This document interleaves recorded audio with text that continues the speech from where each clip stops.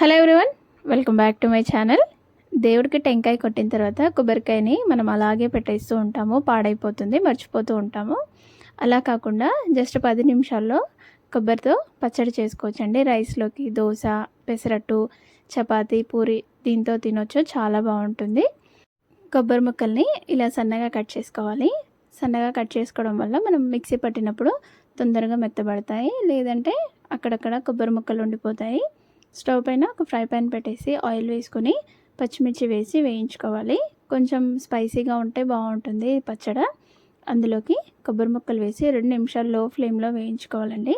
ఇవి వేగిపోయిన తర్వాత అందులోకి వెల్లుల్లిపాయలు వేసుకోవాలి.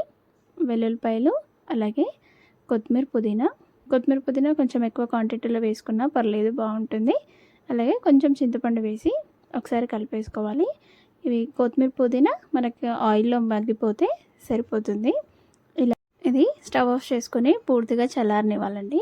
పూర్తిగా చల్లారిన తర్వాత మిక్సీ గిన్నెలోకి వేసుకొని తగినంత ఉప్పు, కొంచెం జీలకర్ర వేసుకొని వాటర్ వేయకుండా గ్రైండ్ చేసుకోవాలి. వాటర్ వేయకుండా అవ్వట్లేదు అంటే నేను చూపిస్తున్నాను కదా, ఆ స్పూన్తో నేను 2 స్పూన్లు వాటర్ వేసుకున్నాను. మరీ ఎక్కువగా వేసుకోవద్దు, ఇది గట్టిగానే ఉండాలి పచ్చడి.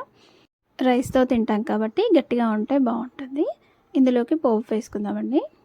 ఆయిల్ వేసేసి అందులోనే ఆవాలు, జీలకర్ర, అలాగే ఎండుమిర్చి, ఇవి సీడ్స్ అండి, ఎండుమిర్చి సీడ్స్ అవి, అలాగే కరివేపాకు, కొంచెం పసుపు వేసుకొని పోపు అయితే వేసేసుకోవాలి. అంతే, ఇది చాలా బాగుంటుంది పచ్చడి. మీరు ఒకసారి ట్రై చేయండి.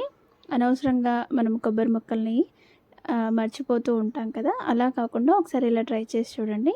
రైస్లోకి బాగుంటుంది. దోశ, అలాగే పెసరట్టు వాటిలోకి కూడా చాలా అంటే చాలా బాగుంటుంది. అంతే, మనం పోపులోకి వేసుకొని ఒకసారి కలిపేసుకుంటే మనకి పచ్చడి అయితే రెడీ అయిపోతుంది. చూసారు కదా, జస్ట్ 10 మినిట్స్లో అయిపోతుందండి, ఎక్కువ టైం కూడా పట్టదు. అలాగే సింపుల్గా కూడా చేసుకోవచ్చు. పిల్లలు కూడా చాలా ఇష్టంగా తింటారు. మీకు ఈ రెసిపీ ఎలా అనిపించిందో కామెంట్ చేయండి. నచ్చితే like, share and subscribe. Thank you so much for watching.